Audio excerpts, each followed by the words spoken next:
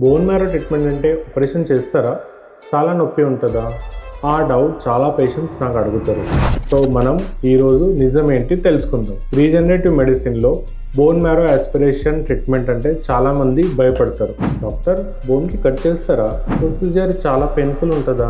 ఈ ప్రొసీజర్ తర్వాత చాలా రోజు బెడ్ రెస్ట్ అవసరమా? ఈ క్వశ్చన్స్ నాకు పేషెంట్స్ చాలా రెగ్యులర్గా అడుగుతారు. కానీ ప్రొసీజర్ చాలా సింపుల్ నీడల్ సహాయంతో హిప్ జాయింట్ నుంచి కొంచెం బోన్ మ్యారో కలెక్ట్ చేస్తాం.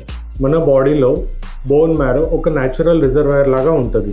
దీని నుంచి అవసరం ఉండే అమౌంటే తీసుకుంటాం. ఈ ప్రొసీజర్లో బోన్కి కట్ చేయడం ఉండదు. ఇది చాలా పెద్ద ప్రొసీజర్ కూడా కాదు.